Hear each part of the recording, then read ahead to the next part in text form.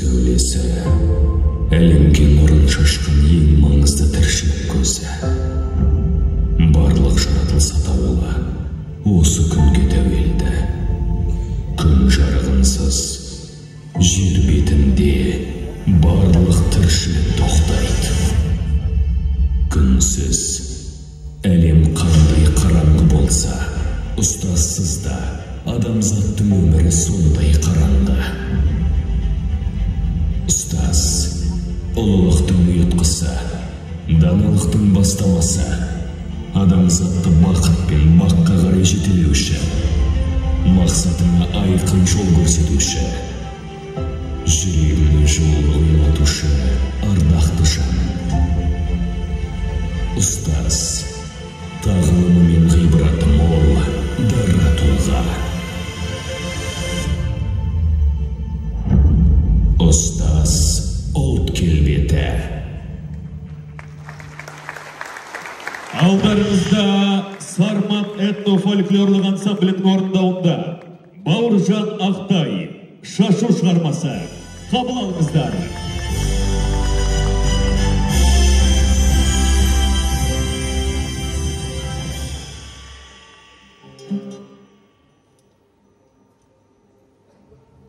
Қошеметтеріңіз.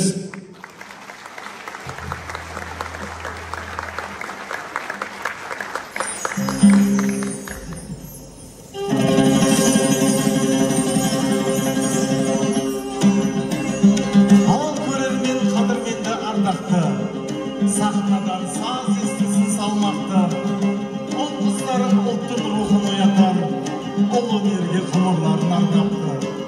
Бабалардың аманатын арқалар, батырменен бер біздерге бармақты. Сұлу саздан шашу шашқан халқына қошеметпен қарсы алайық.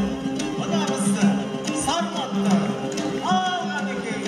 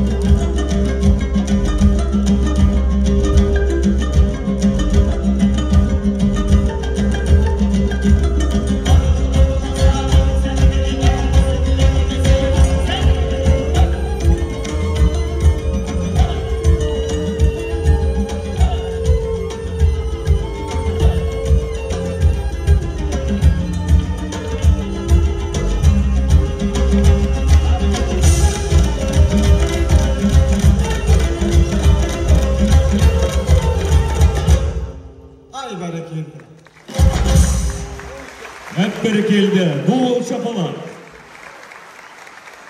Келесі кезекте Сармат этно-фольклорлық ансамблінің орындауында Бауыржан Ақтай, жастар шығармасы.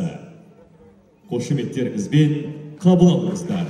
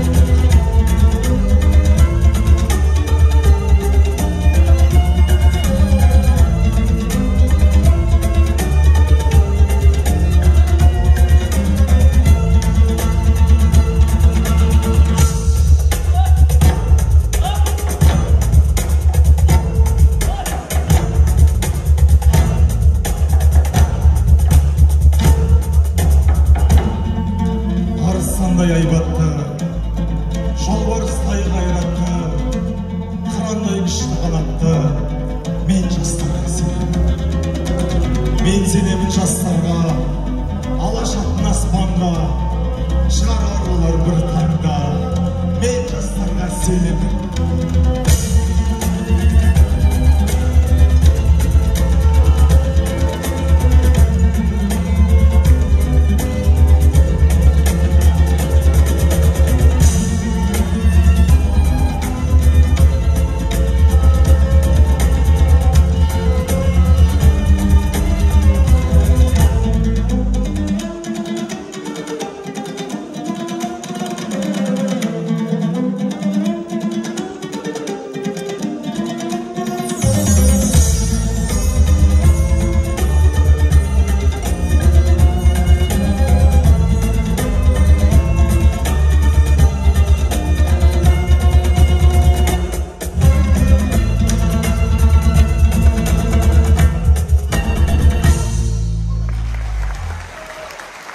Алдарыңызда өнер көрсеткен Сармат этно-фольклорлық ансамблі.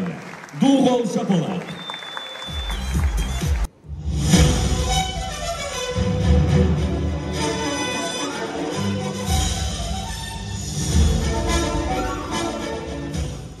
Интеллигенция өкілдері ұлт дамуының қозғаушы күші екендігі анық. Біздің де қызметіміз осы мақсатқа негізделеді. Білім мен өнерге деген махаббат бізді ұлы үстелге жетелеуші. Ұрпақтан ұрпаққа берілген эстафета іспеттес. Жалындаған жігер, отты көздермен ақыл парасат, әрқашан көздеген мақсаттарға жете бермейді. Бірақ олар қоғамға игілікті іс жасау үшін адамдарды біріктіре алады. Біздер жас ұрпақты білімдерімен сусындату арқылы алдыңғы буынның өшпес міндетін жалғастырамыз. Еліміздің жарқын болашағы үшін білім саласына сапалы мамандарды даярлау және ұлттың болашақ интеллигенциясын қалыптастыру жолында жұмыстанамыз. НДС жаһандық ұстаздар буыны.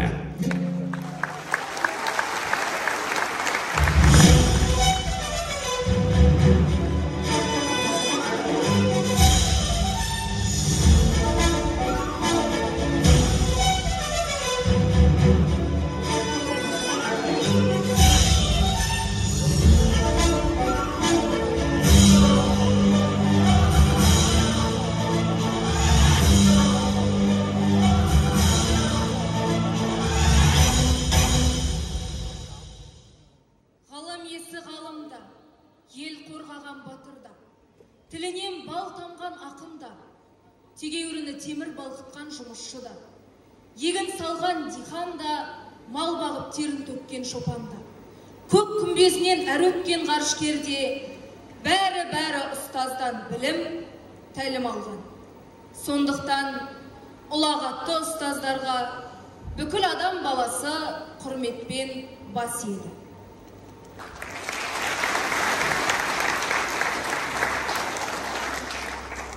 Қыран түлегіне қайтпас қанат сыйлайды. Ұстаз шәкіртіне талмас талап сыйлайды. Қоғам тұлғаны қаншалықты жетілдірсе, жетілген тұлға қоғамды соншалықты дамыта береді. Сондықтан қоғам дамуында білім беру ең маңызды мәселе. Ал ұстаздың рөлі жоғары деңгейде болмақ.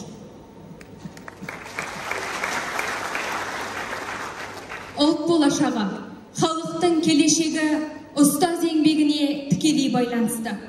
Бабалардың аңсаған тәуелсіздік таң атып, егемендік еңсемізді тіктеген кезде әлемге атымызды шығарудың мүмкіндігі туды. Егеменді елдің болашағы бүгінгі жастар десек, ұстаздар қауымы сол елдің болашағын қалаушылар.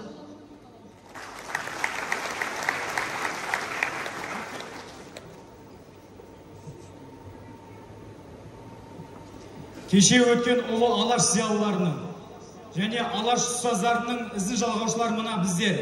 Біз еліміздің болашағын, нағыз патриоттарын, көзі ашық, көкірегі ояу, әрдайым дамуға ұмтылатын жастарын, өскелең ұрпақты тәрбиелеп шығаратын рухани елдің, рухты ердің сынығымыз.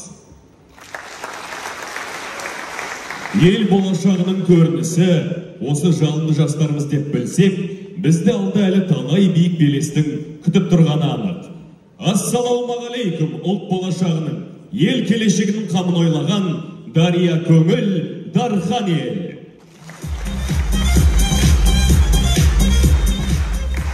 Болашақ мұғалімдердің дүниетанымы жоғары, рухани бай, асылдың асылы болып көркеюіне орасан зор үлес қосып жатырған ардақтыларға арналған алғыс айту кешімізге қош келдіңіздер.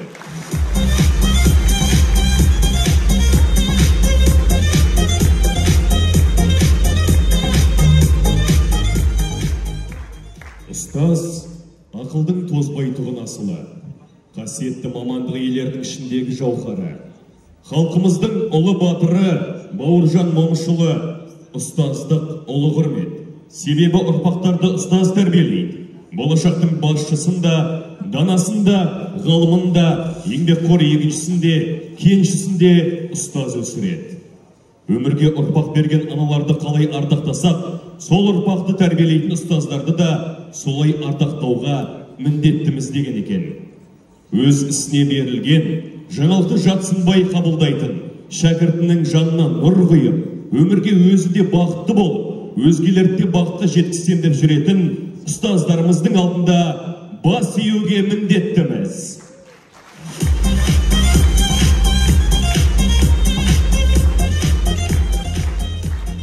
Ендеше кешіміздің шымылдығын ашып, алғы сөзін айту үшін ортаға МДС жобасының батыс аймақтық басшысы Рүстемов Сәбит Қалыбекұлын шақырамыз. Қошеметтеріңізбен.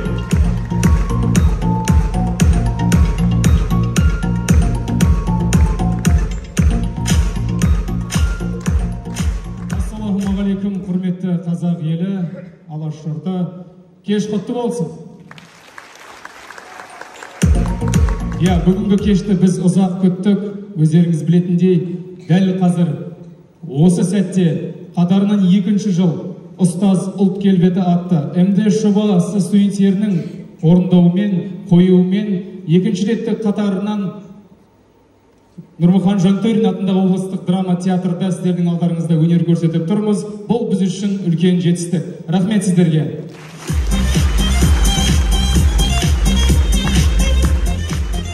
Осынау 2018 жылы өз бастауын алған МДС жобасы бүгінде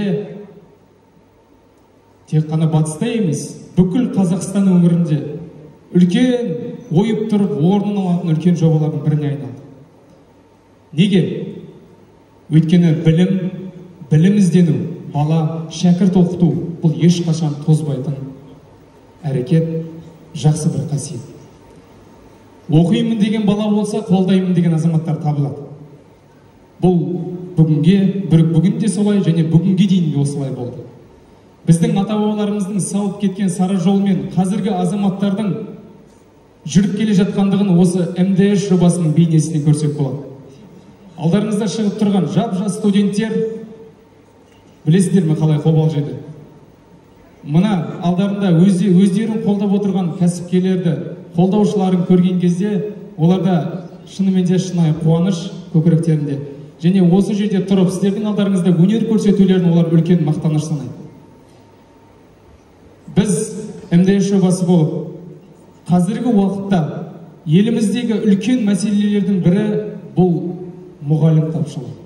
Сапалы мұғалім, балаға біліммен қатар тәрбие бере алатын, өз еліне қызмет етуге дайын тұрған азаматшалардың қатарын көбейту. МДС-тің негізгі идеясы осында. Осы МДС-те білім алу үшін еліміздің түкпір-түкпіріне студенттер жылда ағылып келеді. Барлығының мақсаты бір. МДС жобасында оқып, жақсы мұғалім болып шығу. Осы жобаның жүруіне, қанаттануына ат салысып жатқан барша азаматтар, сіздерге айтар алғысымыз шексіз.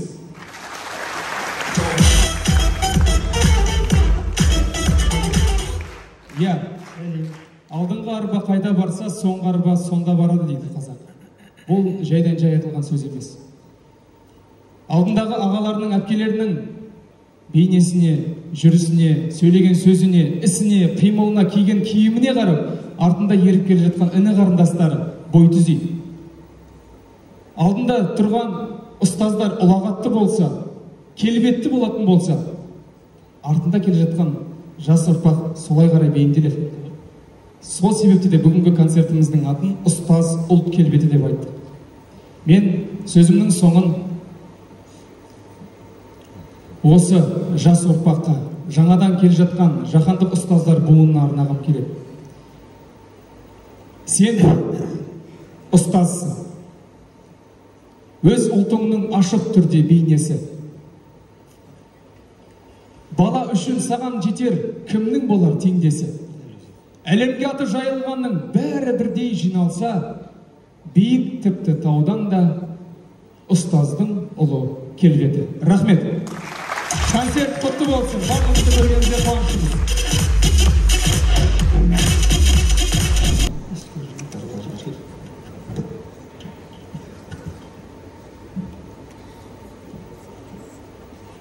Тестілеу басталды. Биыл тестілеуге 160 мыңнан астам адам өтініш білдірген. Оның шамамен 140 мың мектепте биыл бітірген түлектер.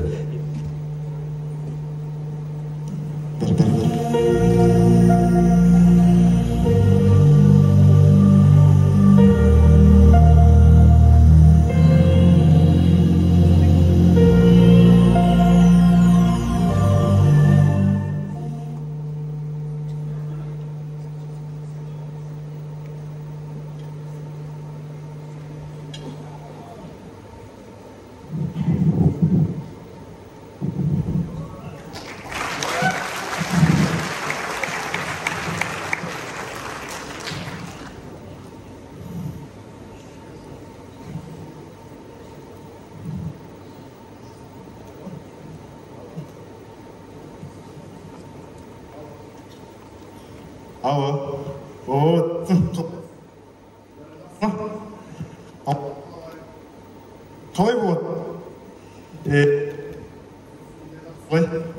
Бүгін күн жылы? Сен ұлдың бәрісі ма? Мен келесі апта тапсырам. Иә.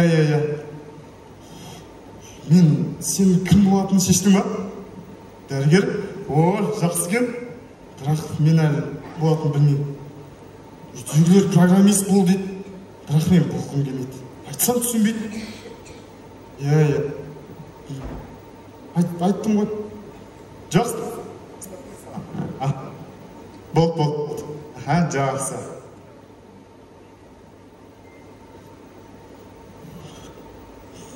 Балтай, көңіл күйің жоқ қой. Көңіл күйің жоқ қой.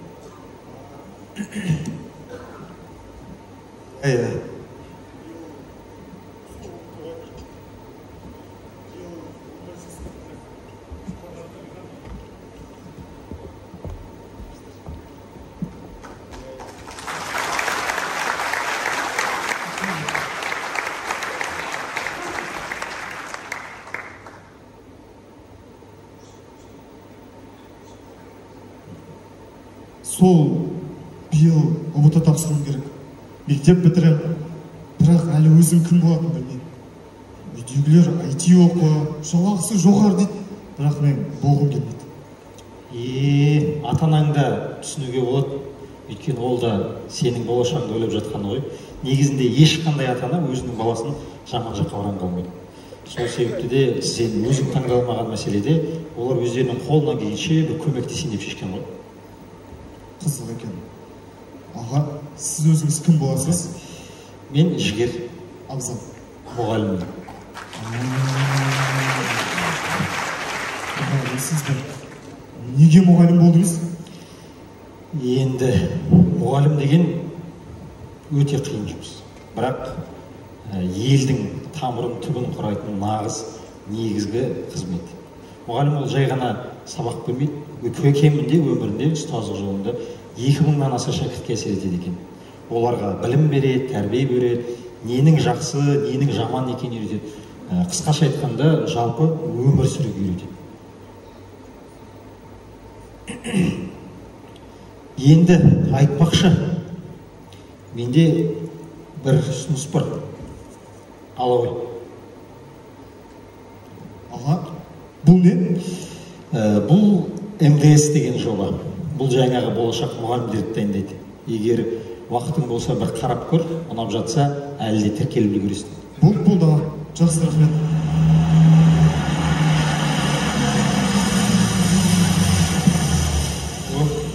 Менің автобусымда келіп қалды. Жақсы сәттілік Абзал. Рахмет көп. Амандықта кездесейік.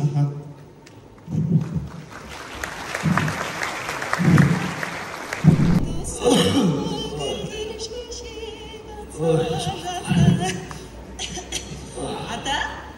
Ой, ата, сіз келіп қалдыңыз ба? Қазір. Әкесі, шайға келіңіз. Қазір. Абзал, балам. Мам, қазір болып жатыр. Шайға келіңіз. Шай іш. Келін сұрап. Ау, ата. Менің костюм дайын ба? Дайын тұр, ата. Әлгі Сапарбайдың садақасына кіріп шығу керек. Жақсы. Айтпақшы, мен бүгін ана университеттегі Арманды көрдім. 100 ұпаймен IT-ге грантқа түсуге болады дейді. Осы өзіміздің Семей қаласына. Абзал, сен ертең бар да, сол ағыңмен жолып, сөйлес, қалай түсем, не тапсырам, қай пәннен тапсырам деп, сосын грантқа түсесің. Дұрыс айтасың, балам, сұра. Мен IT оққым келмейді. Таңдауды өзім жасасам болады ма? Қайда оққың келеді? Кім болғың келеді? Мұғалім болам деп шештім. Мұғалім?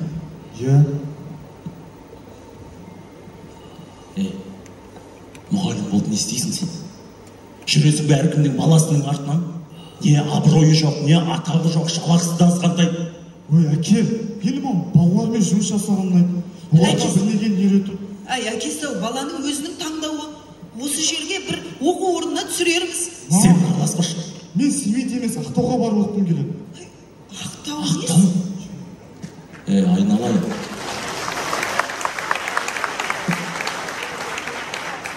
Айналайын. Ақтауды сен түгіл біз көрмегенбіз бар. Басымызды қатырма, болды, осында өзіміздің Семейде, өзіміздің қасымызда қаласы. Әке, Ақтауда МДС деген жобамен таныстым. Сонда түскім келеді. Ешқандай да жобаңды білмеймін, қасымызда қаласың, болды. Әкесі, ашуыңды бас. Балаға ұрса беріңді қой.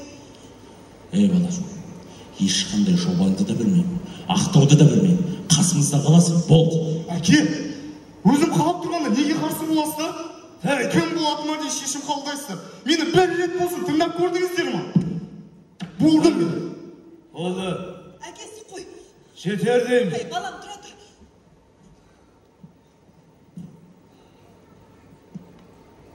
Баланың алқымнан алма шырағым. Әкесі емессің бе? Болам деген баланың бетін қақпа, белін бу деген қазақ. Мен сенің шешімге ешқандай қарсы келген емеспін шырағым. Әке, ол кезде заман басқа, қазіргі заман мүлдем басқа. Заман басқа, заман өзгереді. Ал баланың әкеге деген, әкенің балаға деген мейірімі, махаббаты ешқашан өзгермейді шырағым. Өмір өзінікі, тағдыр өзінікі. Әлі алдына келіп рахметін айтатын болады. Солай болса жақсы әке. Ай, болсаң, жүр. Әлгана Сапарбайдың үйіне кіріп шық. Қазір әкесі бара беріңіз. Ай, жақтарым ай. Абзал. Ай, Абзал. Ай, қазағым ай. Абзал дейді.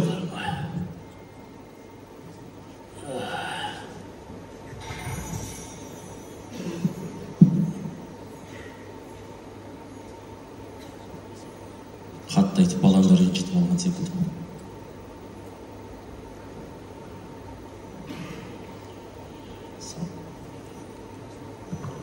Оқу-оқымай ағады болып шықты қоймаса.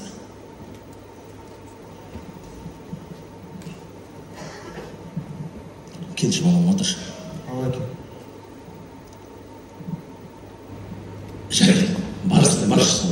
Ақтымасың ба әке? Рахмет әке. Бірақ шартым бар. Жорғаңды тапсырасың. Егер тұсалмай қалса, осы сенімді өзіміздің қасымыздан аламыз. Келісіп пе? Болды әке. Рахмет көп. Болды, жарайды бар. Болды, сендеріңіз рахмет. Рахмет. Рахмет саған да. Сағира, күртем қайда менің, әкелші. Әкелмен бірге барып қайтайын.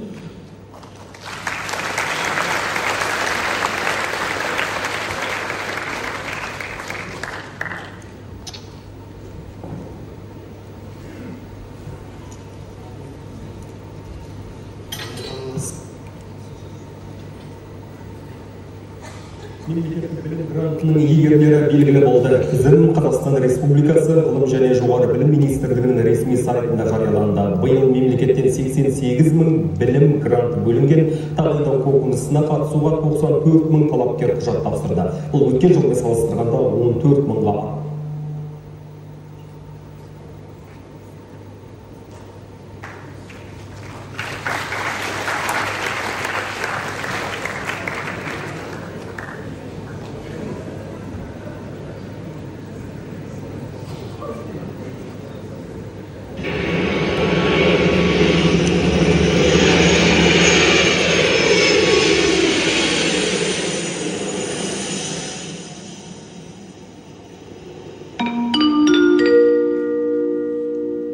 Құрметті жолаушылар, Флайерстар компаниясының Семей Ақтау бағыты бойынша ұшатын әуе кемесі Ақтау қаласына келіп қонды. Қала бір адам, қала бір адам. Қолшықта әділі.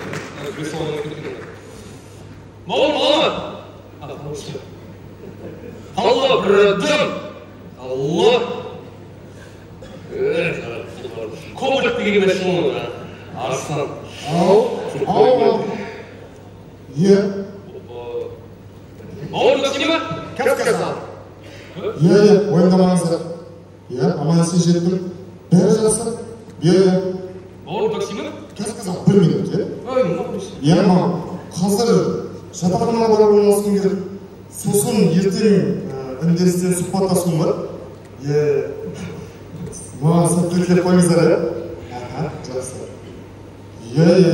Бол. Жақсы.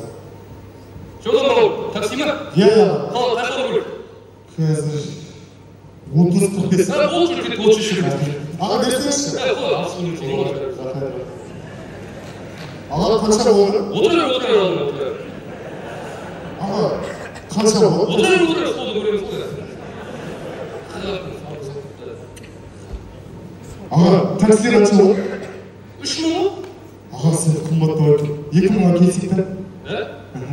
Болды, отыр. Әнім, таксист ба? Қалла бірді.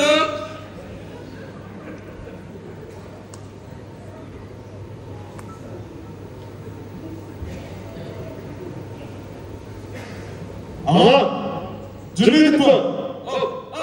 Кеткен. Мәке, давай, қауырсаңыз, осы нөмір ол берсі. Иә, сұны. 30 қамет? Иә. Өзіңді қарап отырсын. Семейге ұшып кетің ода? Болды, такасыз, ұшып барасың деген. Ала кеткен. Жол ұстарысында өлең болса қайда, не өлең бар?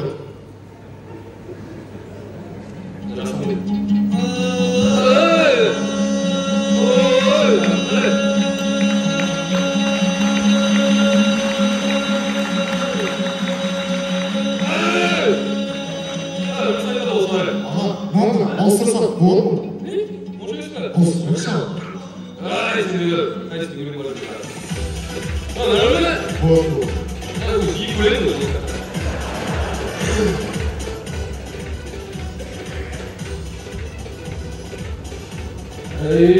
Аты кім болып бала? Абзал Балдыға. Өзіңіздің? Шәріп менің атым. Шәріп. Қайдан болдың бала? Сол Семейден. Семейден? Ой. Мынаяқта не шаруа? Оқуға келгем аға. Оқуға? Не алдың қашын? Өзге бәрін қашып отқанда. Сесін шықты. Не оқудың да? Кім мұғайын басың? Мұнайшы ма? Ой, мұғайын. Ой, мұғайын. Мамандықтан қадес өтесің бала. Жалпы неге қазір бар ғой? Бізге жақсы мұғайын керек қоймайсың. Сосын бір жақсы дәрігер керек. Алдына жарамасын болмай бір укол салдырып бара қойдың ғой. Анауың дұрыс салмай, екі мәшін өтір алмайған әкейіңді. Есіме түскізді шынын бет қайта. Ұлың өт бала. Кішілер адайын. Қош? Өзіміз көміз ғой. Адайын қайсың? Қосыла. Бегеде қамын қойыңыз қой, болды бала, жолың болды, маған сүрін. Тегін барып жол дейсің. Қойыңыз аға. Бой деген жоқ осы. Болды болды. Маған сол бегеде адамар болға деген қойшы. Адалар сүмеге тұта керек. Жалпы бегеде адам дайсың өз? Құлай, азмаз естуім бар? Соны білу керек. Мұна ағайдан дайсың ғой. Маңсалда ағайдан дайдың жаңа. Сол жаңа ағайдан екі олар. Құлай келін берді деген. Сендер сол келін берсіне дайсыңдар. Жаңа келін берді алдалар ғой.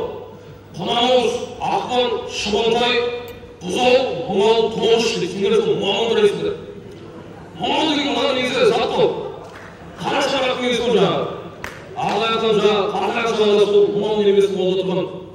Сол жаңа берекелі шаңырақ, берекелі тұқым көп те олар жаңа. Сол жаңа Мұңалдан бес балалар айтты.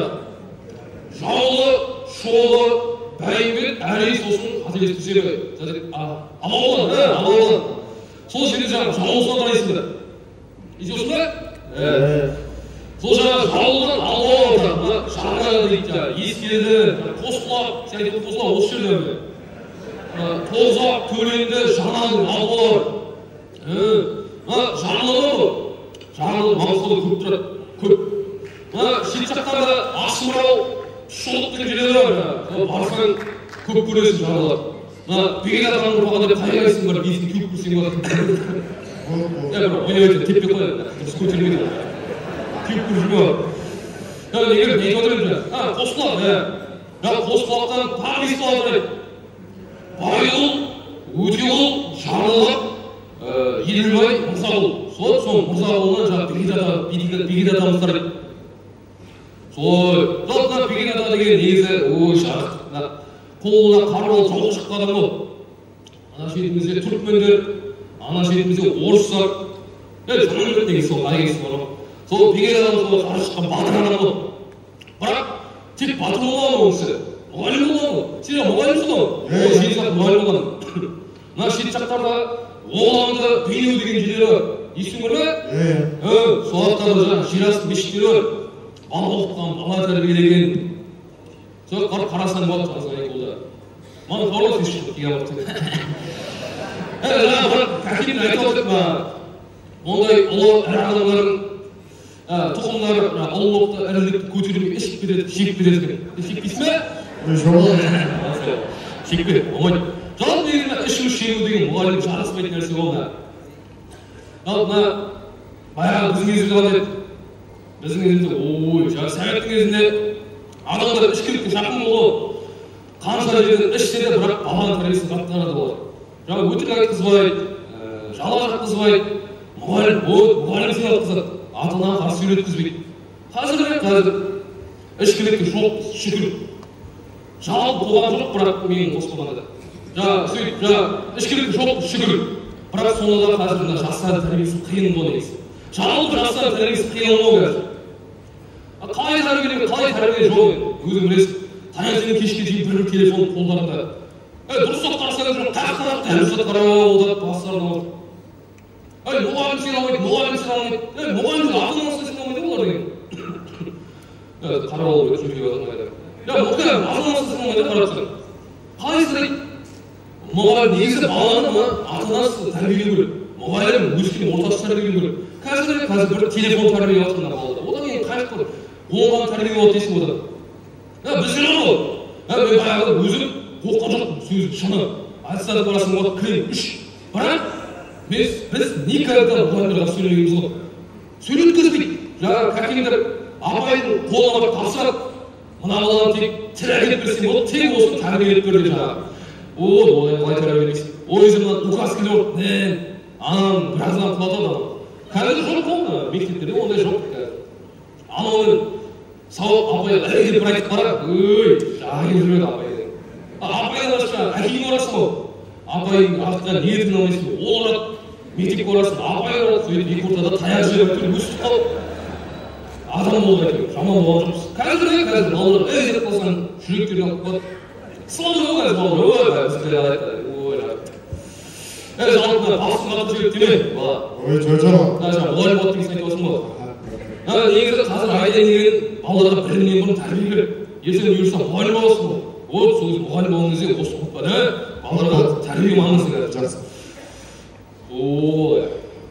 Осы жүрек дейді ме? Кетті? Осы жүрек.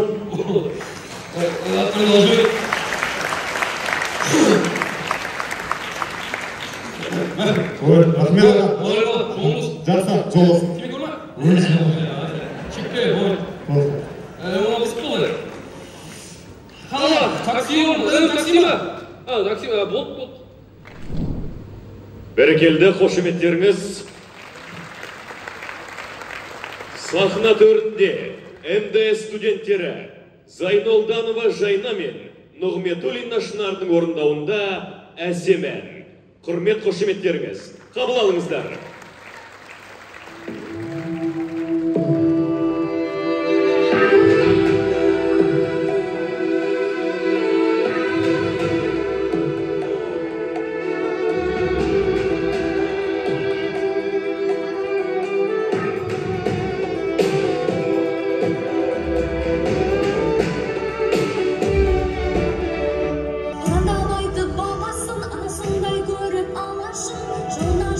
Жұртқа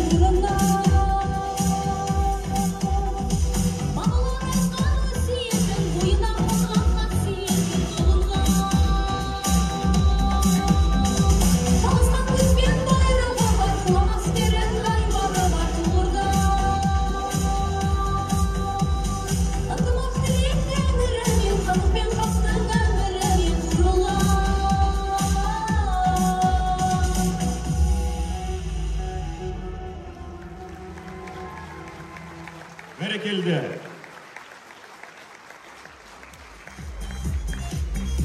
Ұстаз тек қана білім беруші ғана емес, тәрбиелеуші де ғана емес. Жаһандық ұстаздардың бойында бір емес, бірнеше қабілет ұялай білген. Ендеше сахна төрінде МДС жобасының 3-ші курс студенті Тасмұхан Лаураның орындауында монолог. Қабыл алыңыздар.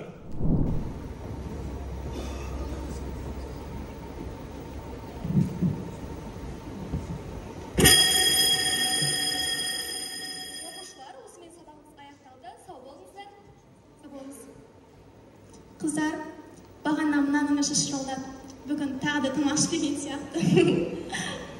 Туфлиіне қарасандар, тағы да физраедінің кеді кеп кетті. Ой бұ, байғысай, шашын да жинамапты ғой. Шашын кім жинасын, мамасы жоқ қой. Келіңдер онда, жинап берек.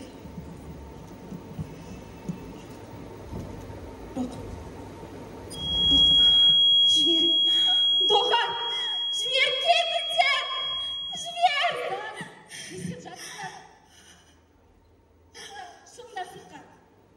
Болды Айғаным. Ой, жылама, өзіңе кел. Қыздармен өзім сөйлесемін.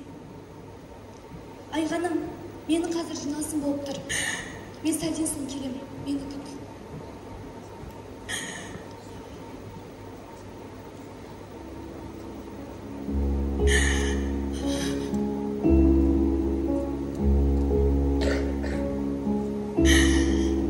Мен Айғаным, солдаттымын өмір деген майданның.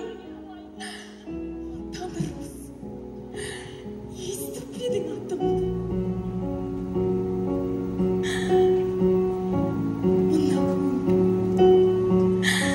Мына тағдыр мені талай сынап.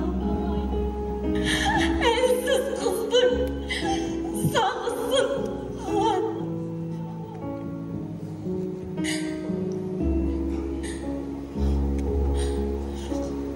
Мен тек мамам ғана түсінеді.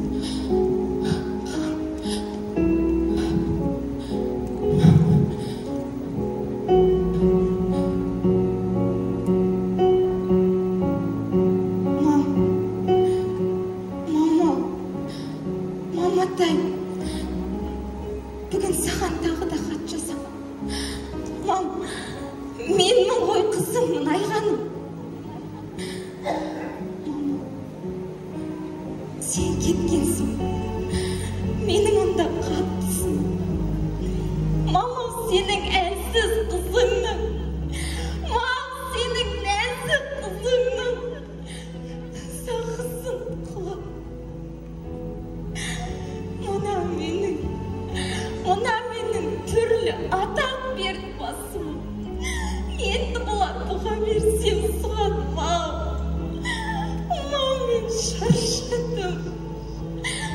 Шаршадым, мам. Мам, папаны қылмыс керетін себепсіз. Мам, біз жаладан жаман әулетадан өмір мені сынай беріп кезетпен. Мам, тіпті сен де кеттің Құдай салған есеппен. Қаталсың қалай шыдар екен. Мам, ащы тілдер тең сияқты кезекпен.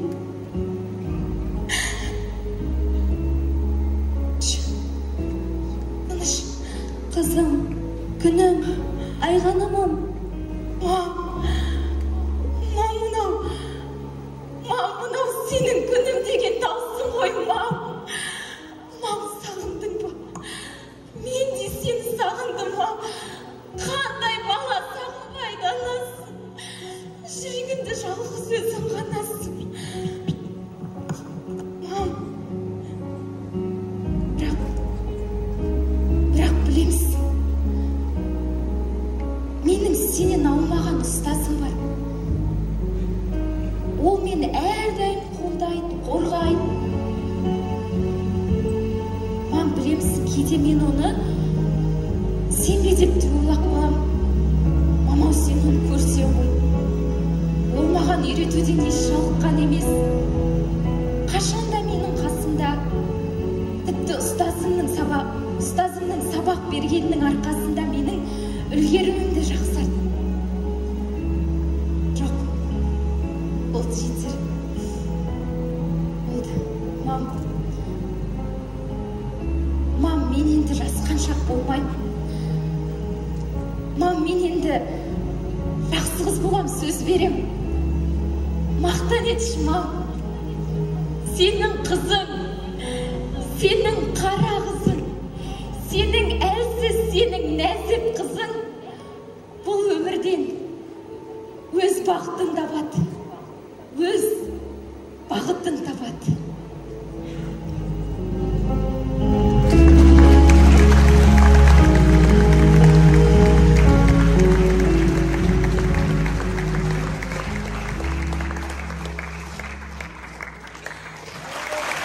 Алдарыңызда өнер көрсеткен МДС жобасының 3-ші курс студенті Тасмұхан Лаура. Қошеметтеріңіз.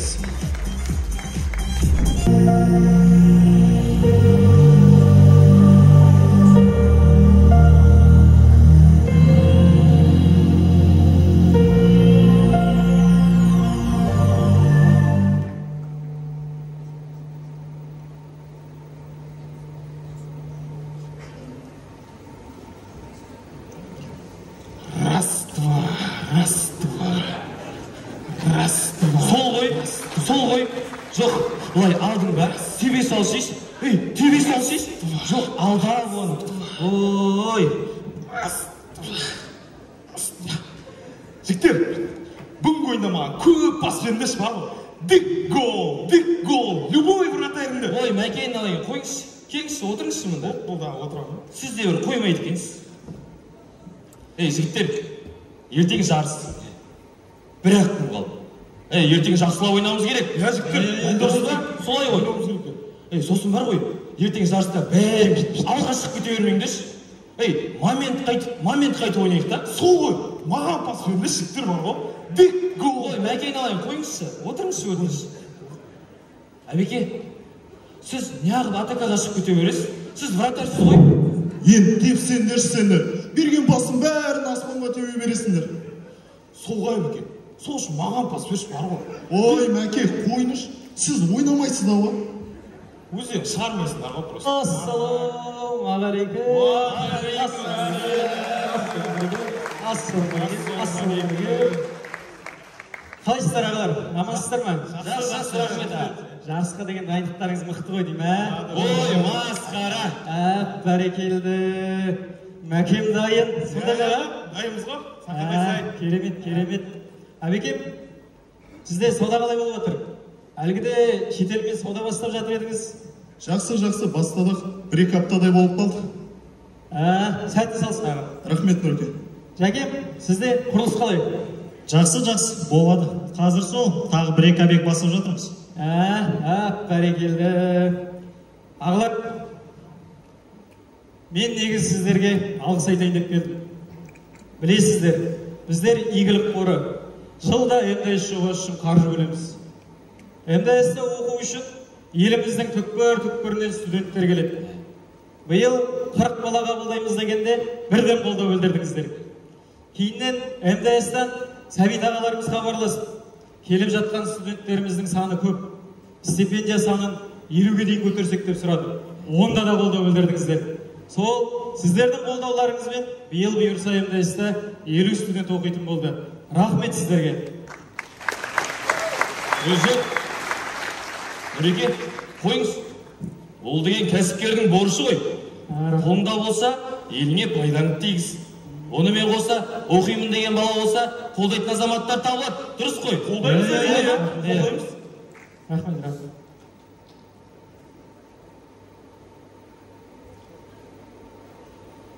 Қазағылар. Жақсы.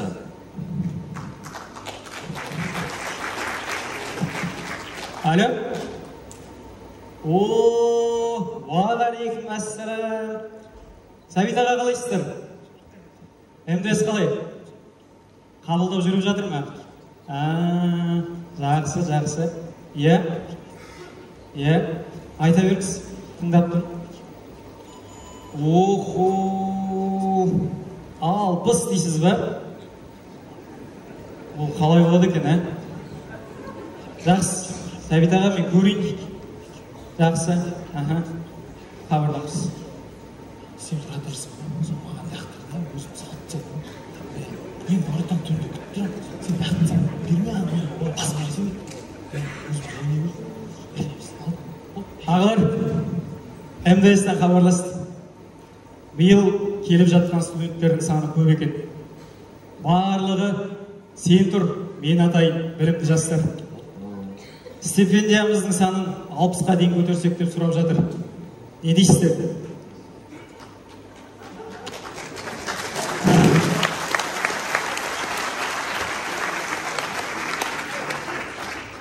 Болды, Нұрекем. Жігіттер, мәселені осы жерде шешіп тастайық. Дұрыс. Мен 3 баланы алайын. Мәке, сізше, Мәке. Мен 2-ін алайын. 2. Зәке. Мен де 2 жігіт алайын. 2. 7 болды ғой. Әбеке, сізше? Мен 1 бала алайын. 2 қалды ма? Иә. Еліміздің болашағы солар ғой. Алдым 2. Ағалар, мәселеміз шешілді. Рахмет сіздерге. Азаматсыздар. Ағалар, уақыт болып қапты ғой. Жүрдер, кет. Әбеке, доктор, әбеке.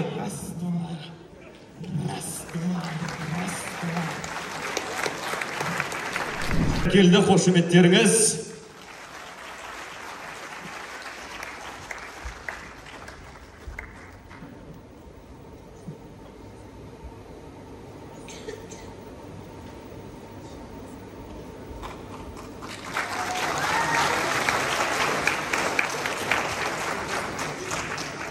Қалайсыздар, бәрі жақсы ма?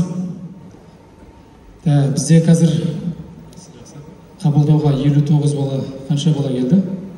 60 бала, бір бала ғана қалыпты ғой. Саламатов, Абзал бар ма? Абзал? Иә, шеткі орындықты алып отыра қойыңыз. Абзалдың анкетасын алайық. Дайынсыздар ма? Бастаймыз ба? Иә. Жақсы, олай болса, Абзал, өзіңіз жайында бір қысқаша айта кетіңіз, қайдан келдіңіз? Есімім Абзал болады. Өзім Семей қаласынан келдім. Негізі мұғалімдікті таңдауымаған оңай болмады. Баста ата-анам IT-ге бар, жалақысы жоғары. Бірақ мұғалімдікті аялдамада бір ағайды кездестіргеннен кейін ойымды түбегейлі өзгертті. Осындай бір жоба бар, сол жобада білім алсаң, жақсы ұстаз боласың деп. Негізі балалармен жұмыс жасаған, оларға білмеген үйреткен маған ұнады. Солай мен мұғалімдікті таңдадым. Жақсы. Енді сұрақ. сен өзің семейденсің. Иә. ұбт-дан жинаған балыңды аз емес негізі, 100 ұпай жинағансың. Сен бұл балмен негізі Алматы Астанаға оқуға түсіп кетер едің. Иә. Семейде не істеп жүрсің? Ой, кешірім сұраймын. Ақтауда не істеп жүрсің? Иә. Негізі ата-анамның да ең бірінші сұрағы осы болды.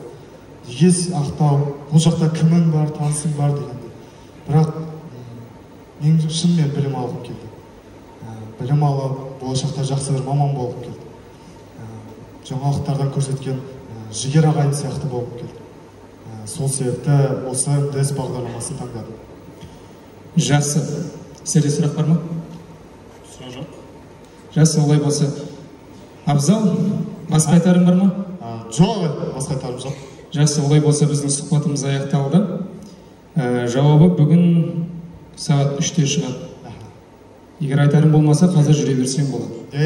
Жақсы, сау бол. Жақсы, сау бол. Сәттілік тілейміз. Биыл 5-ші күн осымен қабылдауымызда аяқталды. Биыл келіп жатқан бала көп, бірақ 60 балаға ғана стипендия бар, қазір. Оның үстіне 40 баладан 60-қа дейін көтердік. Келіп жатқан баланың саны қанша бізде қазір? 97. Яға бізде қазір қалған 59 бала белгілі студент. Тек міне бізде қазір міне Қазбекова Айнұр және мына соңғы келген Саламатов Абзал деген студент. Екеуінің арасынан таңдау керек болып тұр. Екеуі де жақсы болып тұр. Екеуін қарап жасаңыздар. Екеуіне мықты дейсіз ба? Менше Айнұр өту керек сияқты. Қалай дейсіз? Әрине, оңай емес. Бір бала ғана грант бар, бізде? Дәл солай. Жақсы, сіз Айнұр дедіңіз. Неге олай ойладыңыз? Себебі Айнұрдың бірнеше олимпиадалық жетістіктері бар. Жүктепті, және де портфолиосы өте жақсы, мінездемесі де жақсы болып тұр. Оның үстіне Айнұр өзі кішкентайынан мұғалім боламын деп шешім қабылдап қойған. Айнұр лайықты сияқты. Жақсы. Апай, сіз не ойлайсыз? Мен де солай ойлаймын, ағай. Айнұр Абзалға қарағанда бір бас жоғары тұр ғой. Жарайды. Егер барлығымыздың ойымыз бір жерден ұштасып тұрған болса, онда Айнұрды қабылдайық онда. Мені алға қойыңыз. Бірақ ағай, Абзалға да алып қала алмаймыз ба? Балаға обал сияқты, өте жақсы бала, жақсы мұғалім шығатын сияқты. Енді апай, түсінесіз ғой, қолымызда бар жоқ 60 ғана стипендия бар. Оның үстіне қазір қабылданған 60 баланың тізімі шықты. Қазір енді Абзалды да алатын болсақ, бір баланы тізімнен шығаруымыз керек. Біз олай жасай алмаймыз ба? Түсінемін ғой, ағай. Бірақ бір амалын қарастыруға тағы да болмай ма? Ой, апай, сіз қоймайды екенсіз. Жақсы, апай, бір амалын қарап көрерміз. Сіздер әзірше сағат 3-тен кешіктірмей нәтижесін жауабын шығарыңыздар. Жақсы ма? Жақсы, сау болыңыздар. Өзгенше жақсы, сау болыңыздар.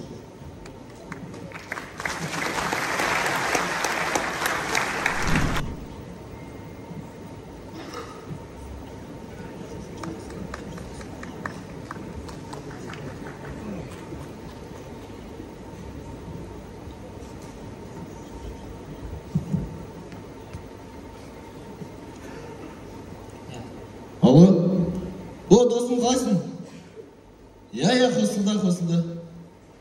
Ақта ыстық. Жүру вообще мүмкін емес. Ыстықтан құтқарып тұрған, кондер ғана ғой. Әр бөлмеде бір-бірден кондер бар. Ойлашы. Бір сөзбен айтқанда, жағдай деген зың ғой. PlayStation десең PlayStation, теннис десең теннис бар. Одан артық не керек айтшы? Ең маңызын айтуды ұмытып кеттім ғой. 2 аттаба универге жетесің, жақын. Солай бауырым.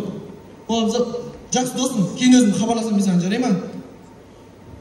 Қалай болып, келдің ба? Жақсы. Барлығы ойдағыдай болды. Бірақ аздап бір қобалжығаным болмаса? Жоқ, нормально. Басында мен де кірген кезде қатты қобалжыдым. Бірақ кейін жаймен ашылдым ғой. Осы сендерде, семейде мұғалімді мұғалима дейді ғой, Ол енді семейдің андай диалектісі ғой. Мұғалима. Жігіттер, МТС-дің жауабы шықты. Қойшы? Қайсы? мені қарашы, мені. Қыз. Самат. Самат. О, түсіпсің. Ура! Мен түстім, ура! Енді өзіңді қарашы, өзіңді. Қыз.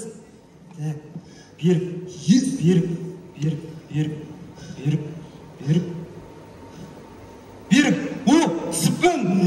Красавчик. Азамат. Енді, Абзал ше, Абзал. Қыз, Абзал.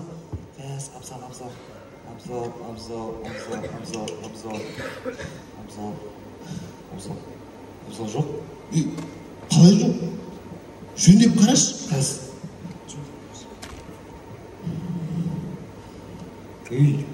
Жоқ деймін. Мүмкіндіктерді қарашы, мүмкіндік. Мойындама, Абзал, тест аламыз қазір. Абзал.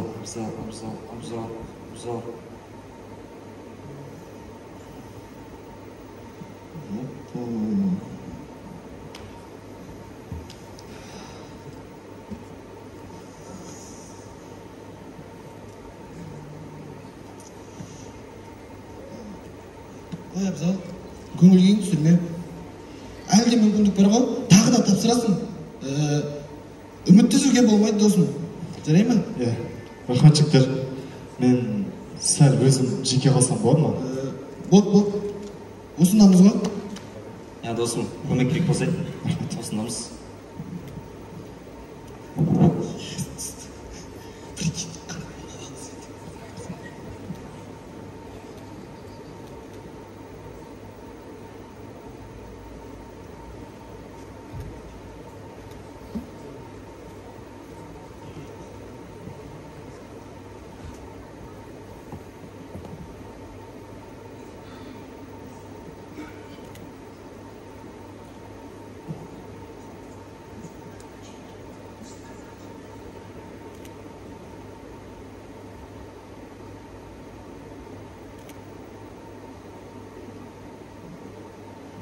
Алло, әке қалайсыздар?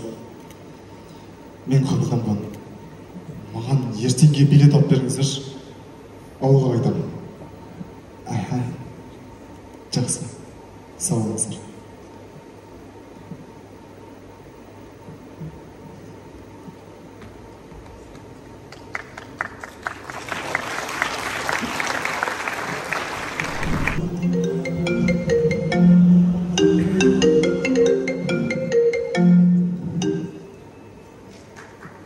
Алло. Уағалейкум ассалам. Сәбит аға қалайсыздар? Кеше жауап шығарыпсыздар ғой. Құтты болсын енді, құтты болсын. Тыңдап тұр. Айта беріңіз.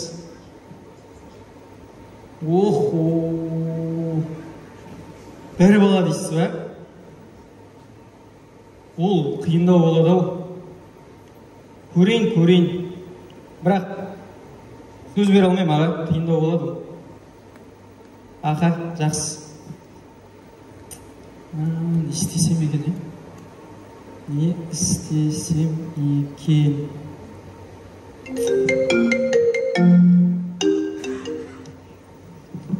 Алло? Ассалаумағалейкум, Нұреке. Уағалейкум ассалам. Шәріп ағам қалайсыздар? Аман, не қабыр, амансыңдар, үйшілер, жан-жақтар, бірінші әйел, екінші әйел, үш. Аманбыз. Біраз көрінбей кетіп едіңіз. Қалай, көлігіңіз жөндеттіңіз бе? Шүкір, жөндеп олдым. Таксауат етіп бүгін жұмысқа шығып жатырмын әйтеуір, ептеп. Дұрыс болған екен, Нұреке? Айта беріңіз. Затқа сұрау көп болды, сұрайын деп жүрін. Сендердің мұғалім мұқтап жоғаларың бар ғой? Соған бір баланың стипендиясын берсем, қалай? Шәкеу, сізді Құдайдың өзі айтып әкелді-ау деймін. Әрине болады, әрине. Кім, Нұреке, бірақ мен бөліп бере алам. Рассрочка бар ма сендерде? Мәселе емес, болады ол да. Болды оны, Нұреке, кім, қайда, қалай, өзің айтасың ғой бұйырса да? Жақсы, рахмет. Давай, хабарласамыз бұйырса. Шәкем-ай, кес.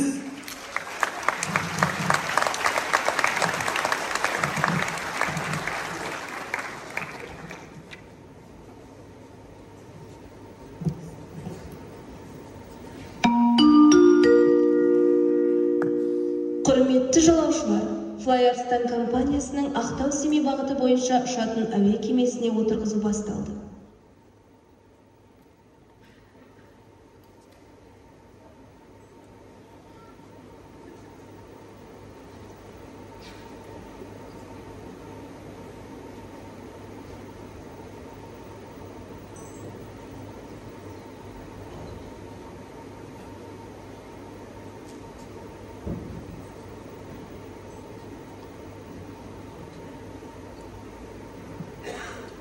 Алло, мам, қалайсыздар? Иә, ойындамаңыздар, аэропорттан. Иә. Қазір бір жарты сағаттар шығамыз. Аха. Иә, жеткен соң сіздерге хабарласам ба? Аха. Иә, әкеме сәлем айтып қойыңыз. Аха, жақсы.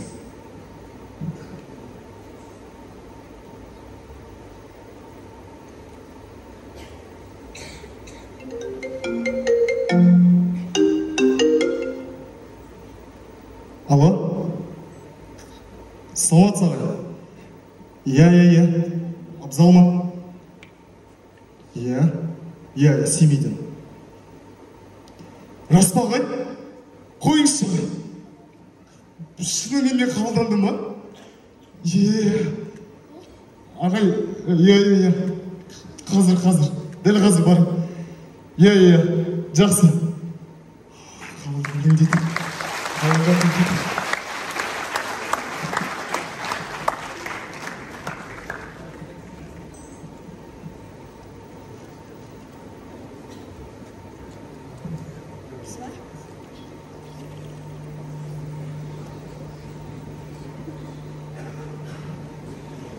Педагогика жаңалықтары. Есенов университеті және НДС жобасының түлегі Саламатов Абзал Астана қаласында өткен ең үздік педагог номинациясының жеңімпазы атанып, ел президентінің қолымен марапатталды. Ол бірінші кезекте өзін қолдаған ата-анасына және біліммен тәрбиелеген барлық ұстаздарына алғысын білдірді.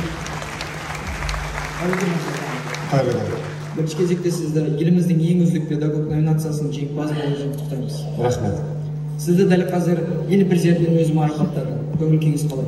Көңіл күйім керемет. Әрине бұл ерекше сезім. Бірақ бұдан да ең басты қуантатыны елімізде ұстаздарға да ерекше құрмет пен көңілден бөлініп жатқандығы. Өйткені балаға білімді де тәрбиені де беретін бұл ұстаз. Ұстаздардың еңсесі биік болса, еліміздің іргесі берік деп ойлаймын. Жақсы, рахмет. Соңғы сұрағымыз. Жалпы сіздің мұғалім болуыңызға кім себепкер болды? Шынымды айтсам, әкем. Өйткені әкемнің рұқсаты болмаса, қазір программист болып жүретін еді. Рахмет.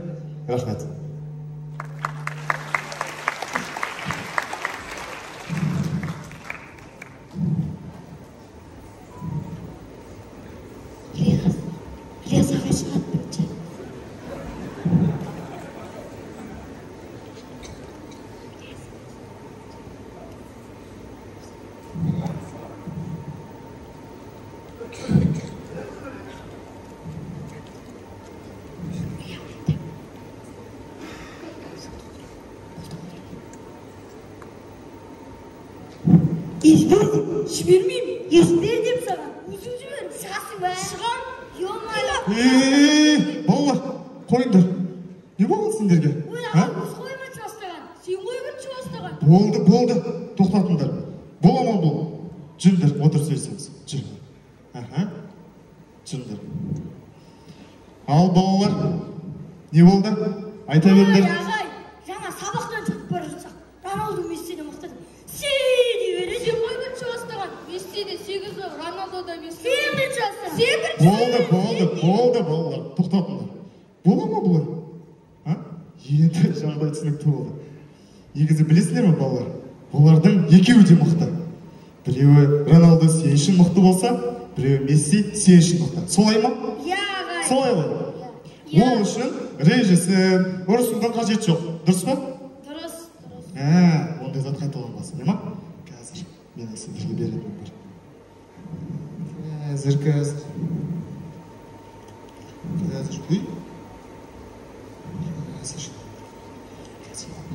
Рахмет ағай, рахмет. Оқас жоқ балалар. Так, балалар, енді орындарынан тұрып, қолдарыңды алып бір-бірінен кешірім сұраңдар. Кешір, Сен де кешір. Ай, жақсы. Бұлай енді қайталанбасын, не ма? Енді ренжіспеңдер. Жарайды ма? Жарайды. Бәрекелді. Мә ағай, сіз президентпен суретке түскенсіз ба? Иә, түстім. Мә ағай, сіз сонда кімсіз? Сіз кімсіз дейсің ба? Мен ұстазбын. Адал кәсіп, ауыр мансап таңдаған, биіктерден биіктерге самғаған. Мен ұстазбын, білемісіз ұстазбын. Ыбырай мен Ахметтерді жалғаған. Біз ұстазбыз.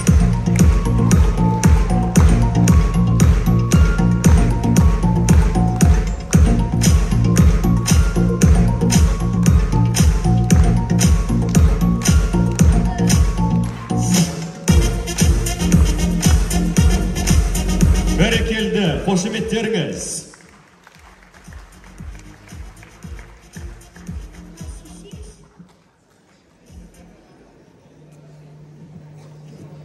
Бірінші жылы барғандай қыз бала ғой, уайымдады, қандай ортаға тап болды, общежитие қандай, онда жаңағы балалармен қатар араласып екен деп еді. Сосын артынан біздер енді Аружаннан естіді, балалардың общежитие бөлек, қыздардікі бөлек, бұндай істеген, сондай деп стипендия береді деп. Ұстаз болу жалпы батырлықты, ақылдылықты және көп еңбекті талап етеді. Ал талаштың басы қосылған кезде төрі мұғалімдікі. Яғни ең мықтылар жиналған кезде төрде ұстаз отырады. Себебі сол ұстаздың арқасында қоршаған ортаны өзгертуге болады. Енді есейді, уже біздер байқаймыз оны. Мінезінің өзгергені, салмақты болып, жаңағы сөйлеген сөздері, жаңағы сабақ берем дейді. Мен 4-ші класс нем бар, оқушыларым бар, қыздарым бар деп, соларға мен сабақ берем деп, сабақ беріп келдім. Меніңше мұндай жоба бұл ерте кезден бастап келе жатыр. Егер де тарихқа үңілетін болсақ, 150 жыл бұрын Ыбырай Алтынсарин осындай балаларды оқытып, мектеп ашып, оларға көптеген білім, тәрбие берген болатын.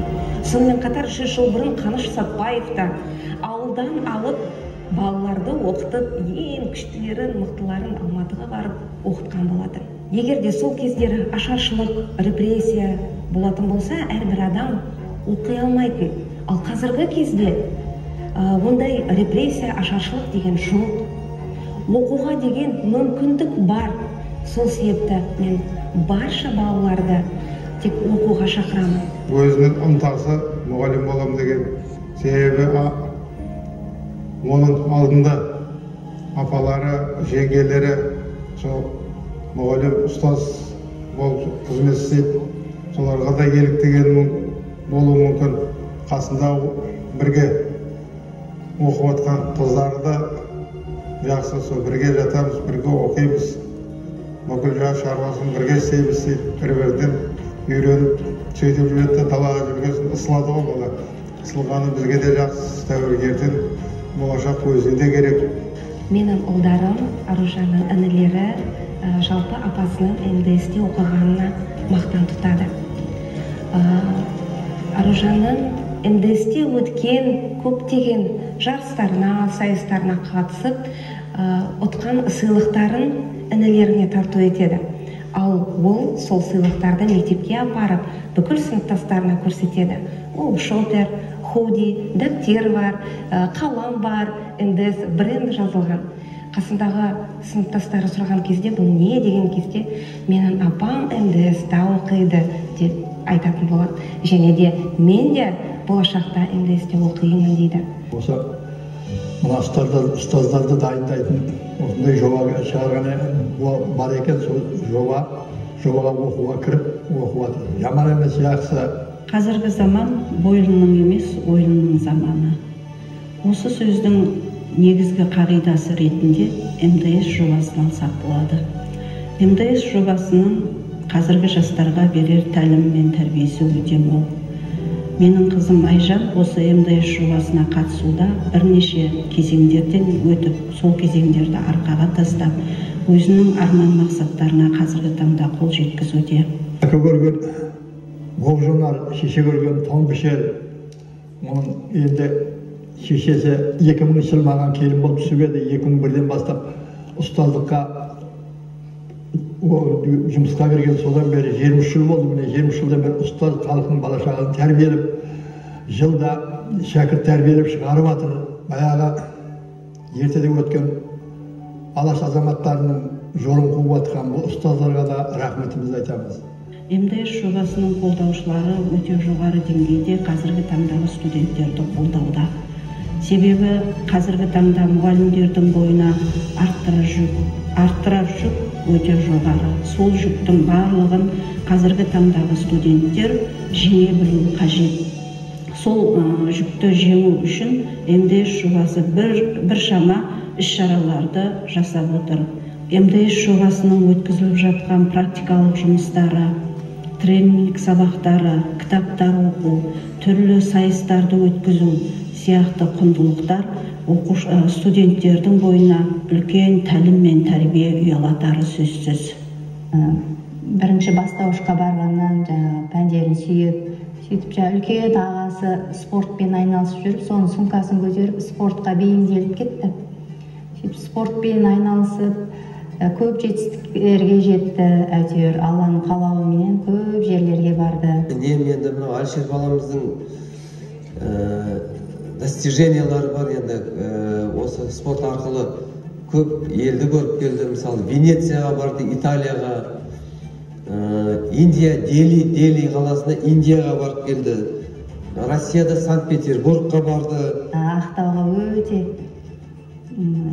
барып, достықтың ағайлары апарып, көрсетіп, МДС несін барып таныстырып, өзіне ұнатып келді да. Сондай өзі Ақтауды қалап, сол жаққа универіне түсті МДСке. Соны тренерлері келіп, жібермеңіз Ақтауға. Біз өзіміз осы Таразда түсіреміз, университетке өзіміз түсіреміз, бізге керек, ол жігіт спорттан не деп. Сонымен әкесі ретінде өзім қалауымды сол Ақтауға қарай бұрдым. Енді ол спорт енді мәңгілік емес қой, оқысын, білімді болсын, ертең өзінің бала шағасын асырайды. Ақтауды қыдырып, универді көріп, сонымен қызығушылығымен келді. Сонымен үйге келіп, папа мен сол Ақтауды қаладым, маған универ ұнады деп айтқаннан кейін енді баланың қалауы МДС КВНдерге қатысып жатыр, жүлделер алып, сахнаға шығып, балаларды өте жақсы дайындап, жан-жақты қылып жатыр ғой. Өзім баламнан бір өзгешелік байқағаным, каникулдарда келген кезде кішкене баламнан уже өзгеріс байқадым. Мінезі, құлқы, сыпайылығы, адамға деген сыйластығы, жақсы жағынан сондай үлгі алған, тәрбие алған. Рахмет мұғалімдеріне, ағайларына, бәрі осындай жақсы жағынан көрсетіп, осы баламды тәрбиелеріне көп жағынан мүмкіншіліктерін бәрін беріп, балаға әйтеуір жақсы жағынан көрініп отыр. Соған рахметімді айтамын.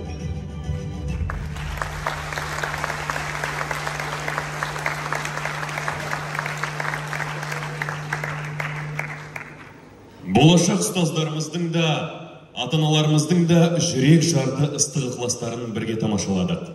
Халқымыздың болашағына бей-жай қарамай, жанашырлықпен білім саласына үлкен қолдау білдіріп, атсалысып жүрген жанашыр жандардың болғаны бізді әрине қуантады. Сахна төріне осы жанашыр жандардың бірегейі, БС Холдинг құрылыс компаниясының директоры Аңшыбаев Бекзат Сұңғатұлы мен Адамант ресурстық орталығының негізін қалаушысы, бизнес-тренер Тусипекова Шолпан Али Айдарқызын қошеметтеріңізбен ортаға шақырамыз. Қарсы алыңыздар.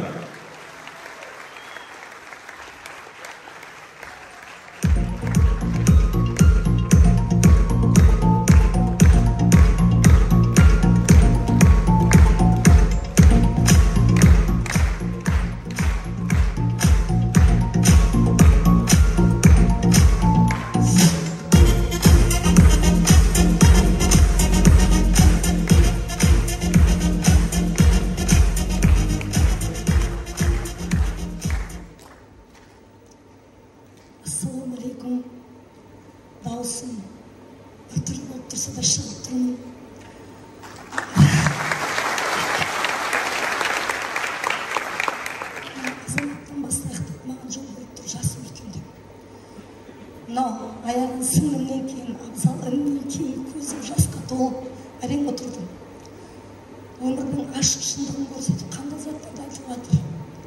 Сондықтан мен ата-ананың атынан, қоғамда ортада жүрген аға апалардың атынан бүгін бүкіл Қазақстандағы жобалардың бәріне мұрындық болған, осындай керемет жобаны бастаған Ақтаудың кәсіпкерлеріне ана ретінде басым деймін.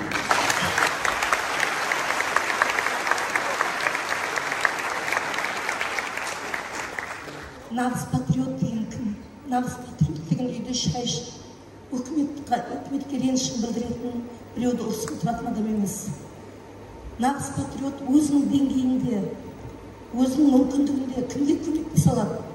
Сол көмекті көрсетіп жүрген, үнсіз, түнсіз, беспомощности, айқай салмай, біздің мен енді танитыным Жалғас Давлетов. Жалғастың қасында талай кәсіпкерлердің жүргенін білемін.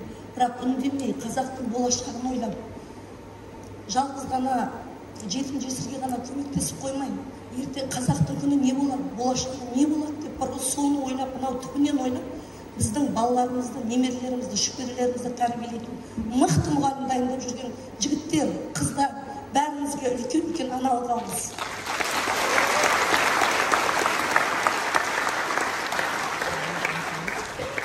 Мынау шығып жүрген балаларға айтқым келеді. Залда болашақ мұғалімдер бар ма?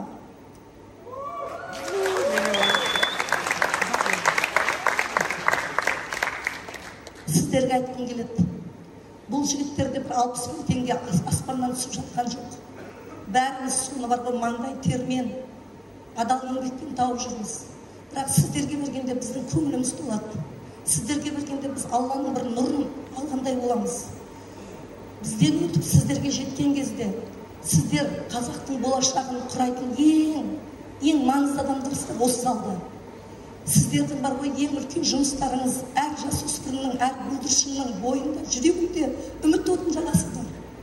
Болашаққа деген сенімін күшейтесіздер, Аллаға деген қарым-қатынасын күшейтесіздер, иманын нығайтасыздар. Және бір адамның өмірінің жақсаруына себепкер боласыздар. Жігіттер, алға сіздерді нағыз патриоттың есептеймін.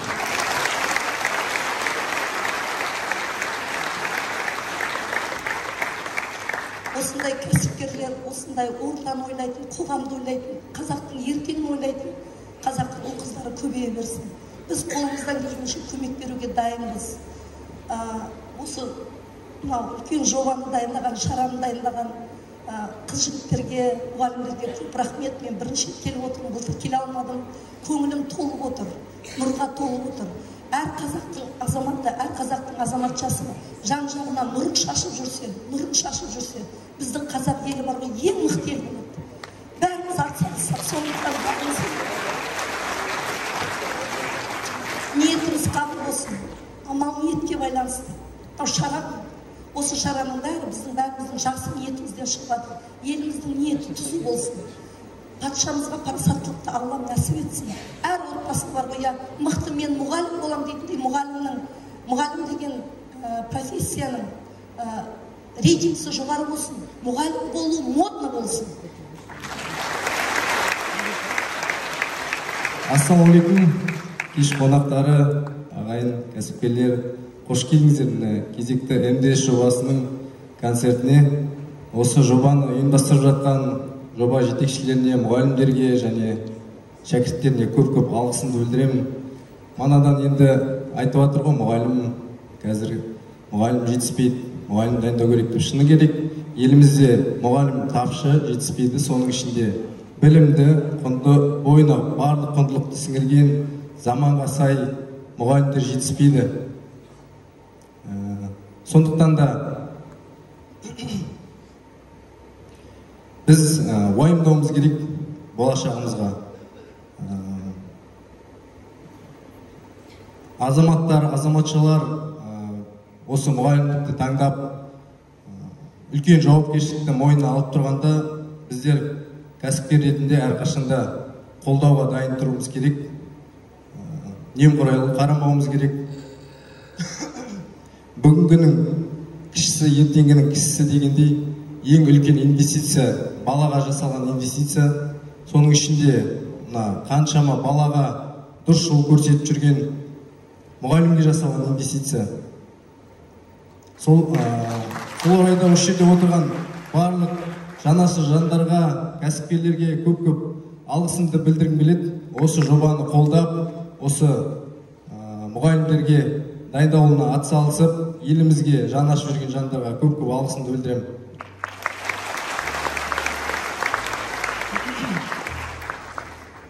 Еліміздің болашағын уайымдасақ, жас ұрпақтың дұрыс жолда, дұрыс бағытта өсуін қаласақ, шыны керек мұғалім дайындауымыз керек.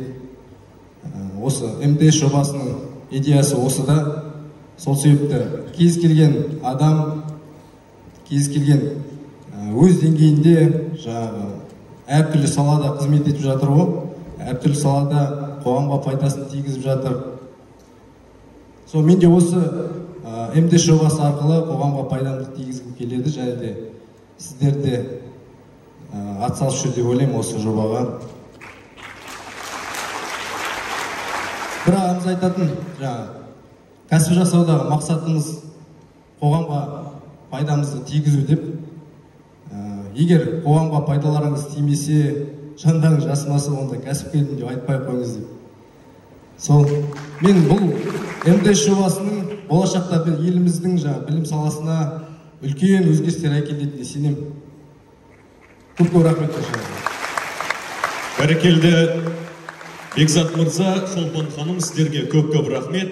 Сіздерге жобамыздың атынан арнайы сыйлықтарыңыз бар. Рұқсат етіңіздер. Қабыл алыңыздар.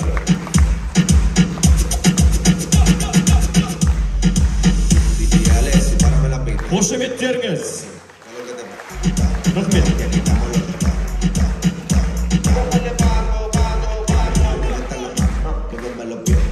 Сахна төртінде МТС студенттерінің орындауында қазақ әні. Құрмет қошеметтеріңіз.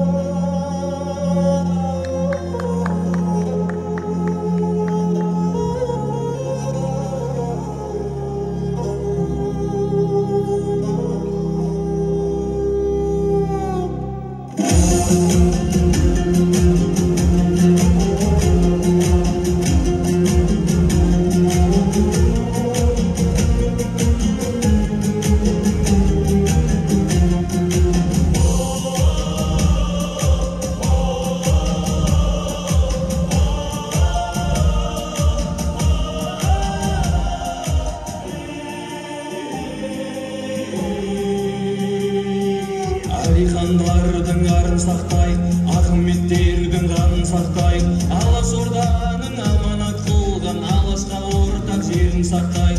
Апаларымның қанымен келген, аналарымның жанымен келген, арыстарымның жолымен келген, жетім жесірдің зарымен келген. Тілді сақтай, жерді сақтай, елді сақтай. Азат, отыңды сатма, руған бөлінде қазақ. Бөлсең бөлі талар күнде қазақ. Біріңді бірің аяқтан тармай, бірсе байрам мәні бүгінде қазақ. Отыңды сатма, руға бөлінде қазақ. Бөлсең бөлі талар күнде қазақ. Біріңді бірің аяқтан тармай, бірсе байрам мәні бүгінде. Осы шоуда көбілеген, алталасына аққамын деген, Абылай баба мүшізді жинап, ұлттың намасын сыртқа бермеген. Біріңді бауыр, біріңді істеген, біріксек бірлік бүлінбес деген, ата жауанның алдында сонда, алтын басаңмен бүгілмес деген, сұлтандарыңда, тұлпарларыңда сүрінбес деген. Қазақ, ұлтыңды сатта, руға бөлінде қазақ. Бөлінсең бөлі талар бүгінде қазақ.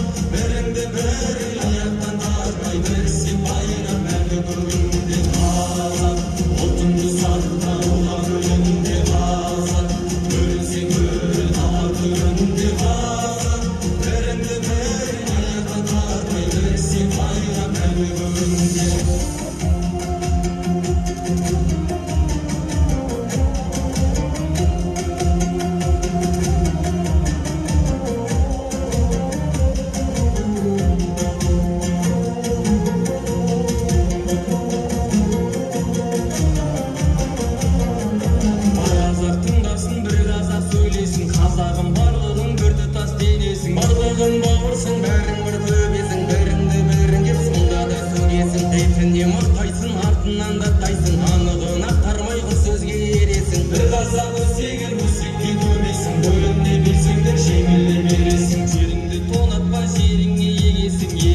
жалықпай еліңе төресің. Бір болсаң қазағым өсесің, өнесің, барлығың берік, сен барлығын жеңесің. Бөлінсең қазағың күн сөнбей сөнесің, төмендеп төріңнен жауыңа көнесің. Айрылып жеріңнен әлемде кезесің, өзгелде туылып, өзгелде өлесің.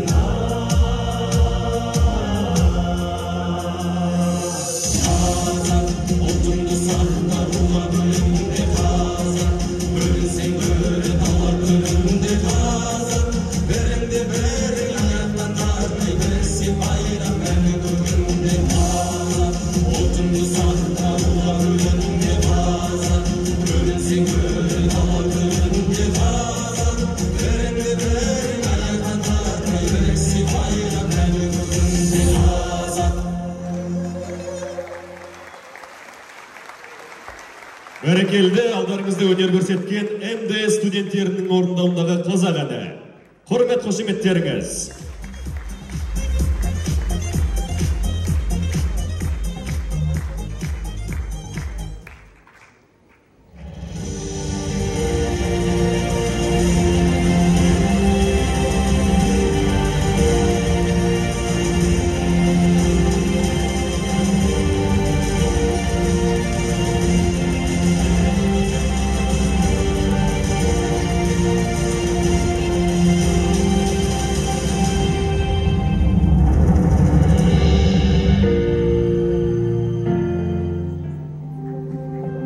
Ұстаздық еткен жалықпас үйретуден балаға. Ұлтқа қызмет ету біздің негізгі мақсатымыз.